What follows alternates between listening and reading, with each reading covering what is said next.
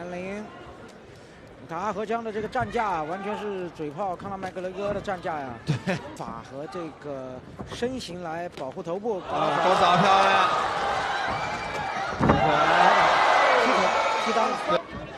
阿合江的肌肉维度要比高木亮更好一些，不断的移动端拿前手去找，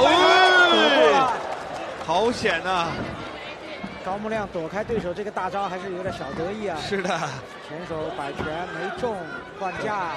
这腿也就是得益于2个人10公分的身高差，要是一样高就上去了。对，哎，抖腿了，倒地了，怎么打地面战？腹部压腿上去，起来了，抱腰，准备把下位推了呀。对，他们没有断头台的把握，只能把下位圈的是手臂嘛。现在要给锤击，左腿。起身了，锤击，在侧身位拿断头，看，哎，这个位置的断头台能不能成？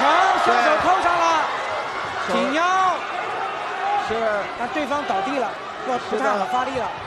拍了，手击断头台成功。阿合江真是快啊！对。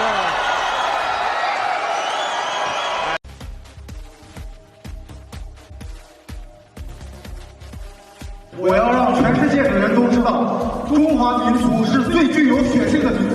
我愿称这为2023年至今最解气的一场比赛。在称重仪式中，披着塔吉克斯坦国旗的扎法尔竟然突然动手，中国选手孙树伟想要还击却被拦下，随后得了便宜的扎法尔还要咄咄逼人，口出狂言。Hello everyone, let's say tomorrow. Inshallah, tomorrow I wanna smash this guy. Inshallah, see you tomorrow. 很想感受一下你的摔跤，你什么档次可以跟我一块在这个笼子里比赛？还有，明天我的目标就是在笼子里让你睡觉。扎法尔在中国嚣张跋扈的表现也全部被直播了出去，压力全部给到了孙树伟这边。到了比赛日，孙树伟出场时显得非常冷静，他知道这口气只能在比赛场上出。开局孙树伟的低扫势大力沉，两人还进行了猛烈的拳法对攻，谁也不想退后。几个低扫下去，明显可以看出扎法尔的大腿已经青紫。随后扎法尔见打击不占便宜，便使用抱摔将孙树伟压倒在地面，并且拿到了齐正位。孙树伟此时非常危险，但他却抓住对手打击时的空当，直接将对手翻转，随后砸拳再砸拳。孙树伟将所有怒火都倾泻在对手的脸上，扎法尔此时只能被动防御。随后孙树伟找到机会成功布置裸脚，扎法尔不堪痛苦主动认输。随后孙树伟的发言更是将比赛推上了高潮。我打他不需要针对，我要让全世界的人都知道，中华民族是最具有血性的民族。事实证明，中国拳手不擅长吹牛，只会用拳头说话。随着国力的上升和经济的增长，中国买报团在世界各地华丽的出现，这让不少老外都以为中国人全是大土豪。不过，中国人包括很多海外华人在外国人的心目中，其实都有另外一个形象，那就是聪明、勤奋，但却胆小、懦弱。之前在外网有这样一条视频流传颇广，一位华人小伙和3名白人拳来脚往，互不相让，场面十分混乱。该小伙似乎有一些格斗功底，以1敌3，毫不畏惧。原来，由于该华人小伙开着的超跑过于帅气逼人，跑车的轰鸣声让路过的白人十分不爽，于是不停出言辱骂。起先小伙并没有理会，但白人男子显然不懂中国人退一步海阔天空的理论，觉得这次一定是遇到了一个软柿子，于是其中一名白人男子变本加厉，脚踹跑车泄愤。不过他没想到的是，这次遇到的中国人并不是一个一味忍气吞声的主，在下车检查发现车辆受损之后，小伙坚决不许对方离开，并准备报警。3人却突然动手发难，谁料华人小伙上来就是一套组合拳，标准的拳击报价让对手胆怯，气势也顿时丢掉了大半。随后警察赶到，3名白人男子不得不面临赔偿5000美元左右的修车费的代价。事后华人小伙称，外国人看中国人认为中国人聪明，但是身体瘦弱，但如果光聪明身体不强壮，他还是会看不起你，并称假如自己是黑人，那么对方绝对不敢主动挑衅。美国可能是世界上最为尊重富人的国家之一，然而开着超跑的华人小伙却是凭借着自己的格斗能力获得了尊重。多年来，海外华人的地位一直无法和财富对等。过去我们一直不明白，究竟为什么本应处在上层社会的华人，却总是得不到应有的尊重。也许这名华人小哥所说的话，正是原因之一。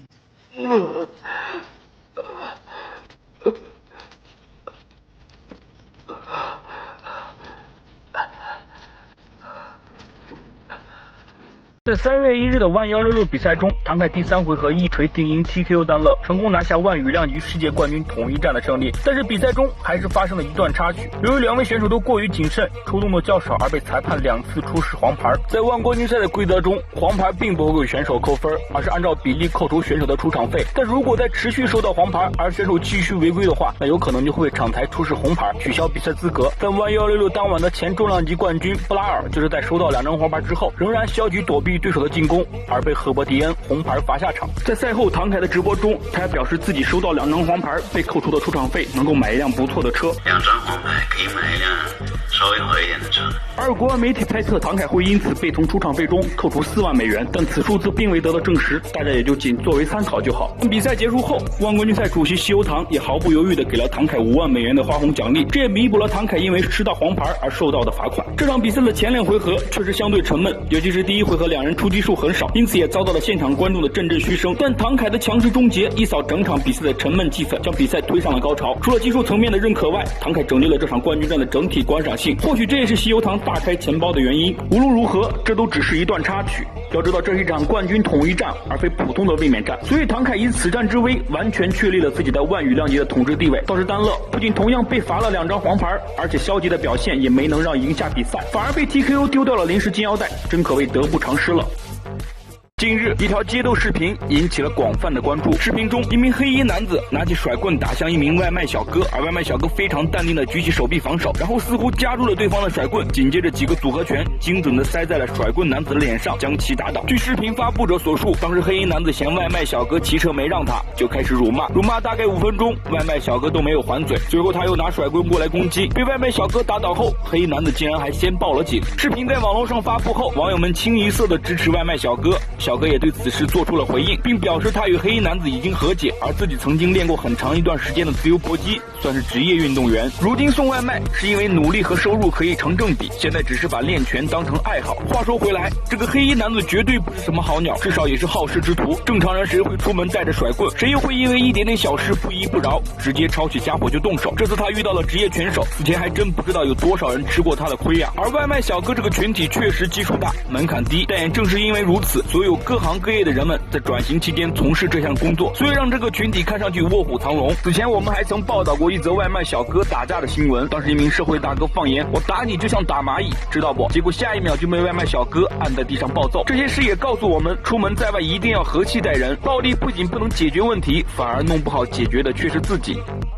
记住这个男人，因为所有军迷都愿称他一声战神。作为的特种部队服役28年的老兵，他单枪匹马激战恐怖分子，12进12出解救几百名平民，所有恐怖分子都被爆头击毙。他就是克里斯蒂安·克雷格黑德。今天我们来讲讲这位传奇战神的传奇故事。2019年，作为英国特种空勤队，也就是大名鼎鼎的萨特成员的克里斯蒂安被派驻在肯尼亚内罗毕。1月15日这天，内罗毕一座酒店遭到恐怖袭击，恐怖分子正在大开杀戒，而克里斯蒂安正在赶往训练场地，正巧他的武器和防弹衣都在车上。作为的特种部队服役28年的老兵，克里斯蒂安没有丝毫犹豫，直接便衣套上战斗背心，拿起枪冲进了大楼。当时的克里斯蒂安没有任何情报和支援，他只知道有数量不明的恐怖分子手持疑似阿卡系列的步枪在进行无差别攻击，同时还有爆炸声响，可能是自制的炸弹或者手雷。克里斯蒂安先是在1楼组织平民撤离，并且逐一将受伤人员拖行到安全地带，但大楼内枪声不断，在场的警察却不敢轻举妄动。见状，克里斯蒂安单枪匹马进入建筑开始清场，他清理了一个又一个房间，击毙了一个又一个恐怖分子。据说事后查看恐怖分子尸体，发现克里斯蒂安全部采用莫桑比克射击法，也就是对目标的身体开2枪，然后再迅速给对方头部补上1枪。这种坚决不留活口的风格，也是因为克里斯蒂安没有队友，以免遭到敌人的垂死反击。他一边独自清理建筑，一边带着平民逃生，多次往返建筑，干掉了多名恐怖分子的英勇表现，也鼓舞了在场的警察和安保人员。随后有1名外国安保人员和2名肯尼亚当地警察